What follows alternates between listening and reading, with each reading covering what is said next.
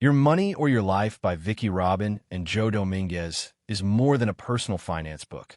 It is a program designed to completely transform your relationship with money and to help you achieve financial independence. Instead of just giving investment tips or budgeting tricks, the book challenges you to rethink money as something much deeper, as a direct representation of your life energy. The central question the book asks is this: are you making a living or are you making a life? The authors outline a 9-step program. Let's go through each step in detail. Step 1. Making peace with the past. The journey begins by looking backwards. You calculate exactly how much money you have earned in your entire life up until now. This means going through your tax returns, pay stubs, and records. Once you have the number, you compare it with your current net worth. For most people, the result is shocking. It shows how much money has slipped through your fingers over the years and how much, or how little, you have kept. This exercise is not about guilt. It is about awareness. You begin to see how you have handled money in the past and why you are where you are today. Step 2. Being in the present, tracking your money. After confronting the past, the next step is to pay attention to the present. From this moment forward, you must track every single penny that comes into your life and every penny that goes out. You record it daily, no matter how small the expense. If you buy a coffee, you write it down. If you earn interest, you record it. This may sound tedious, but it creates awareness. The authors argue that what you don't measure, you can't control. By tracking every cent, you shine a light on your habits, and this awareness alone starts to change behavior. Step 3. Where is it all going? Creating the wall chart. In this step, you analyze your spending by category. You group your expenses into categories like housing, food, transportation, entertainment, and so on. Then you create a wall chart, a large visual graph where you record your monthly income and your monthly expenses. Over time, this chart shows whether you're living within your means, whether you're overspending, or whether you're starting to save. The wall chart becomes a mirror, reflecting your financial reality in a way that is hard to ignore. Step 4. How much is enough? Evaluating your spending. This step adds another layer. For each expense category, you ask yourself 3 powerful questions. 1. Did I receive fulfillment, satisfaction, and value in proportion to the life energy I spent? 2.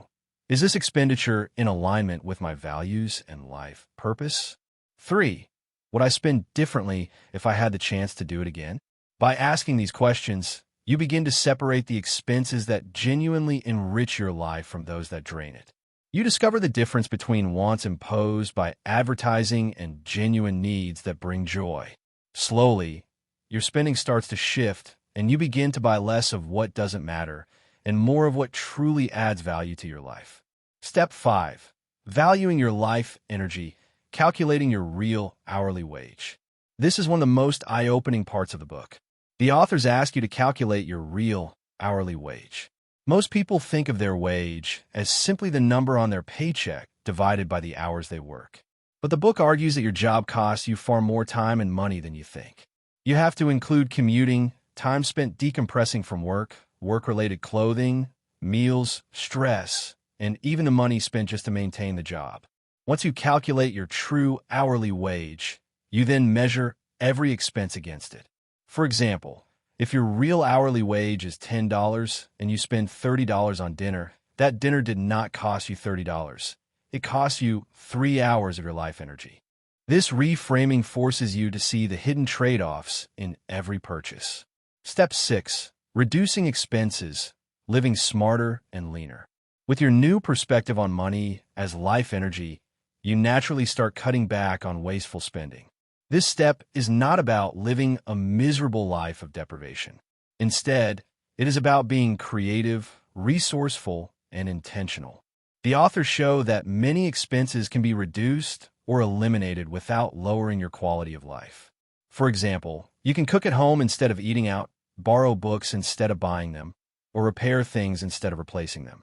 The more you align your spending with your values, the more liberated you feel. Step 7. Maximizing income, earning more without selling out. Once you have reduced expenses, the next step is to maximize income. But the authors warn against chasing money at the expense of your life energy. The goal is not to work longer hours or sacrifice your values for a higher paycheck. Instead, it is about finding meaningful ways to increase income while maintaining balance. That might mean learning new skills, negotiating a raise, or even changing careers to something more aligned with your passions. Every dollar of increased income, combined with your reduced expenses, accelerates your path to financial independence. Step 8. The crossover point, building capital until work becomes optional. This step is the heart of the program. As you cut expenses and increase income, you save and invest the difference. You put your money into safe, income-generating investments. Over time, your investments grow and begin to produce income. The crossover point is the moment when your investment income equals your monthly expenses. At that point, work becomes optional. You no longer have to work for money. Instead, your money works for you. This is the point of true financial independence. Step 9. Managing your money, staying free. The final step is about maintaining financial independence. You keep tracking your money, you keep aligning spending with values, and you continue managing your investments carefully. The authors recommend conservative investments focused on income and security rather than risky speculation.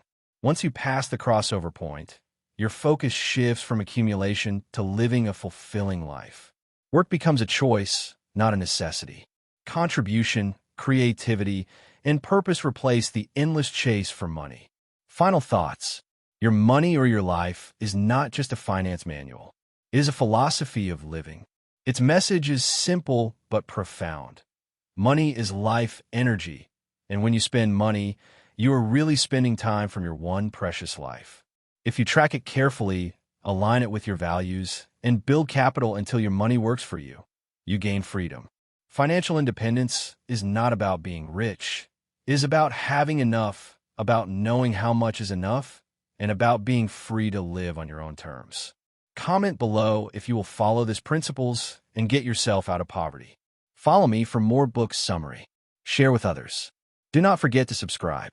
I will leave the link at the description and also pin it at the comment section if you want the full book to purchase. Enjoy your day.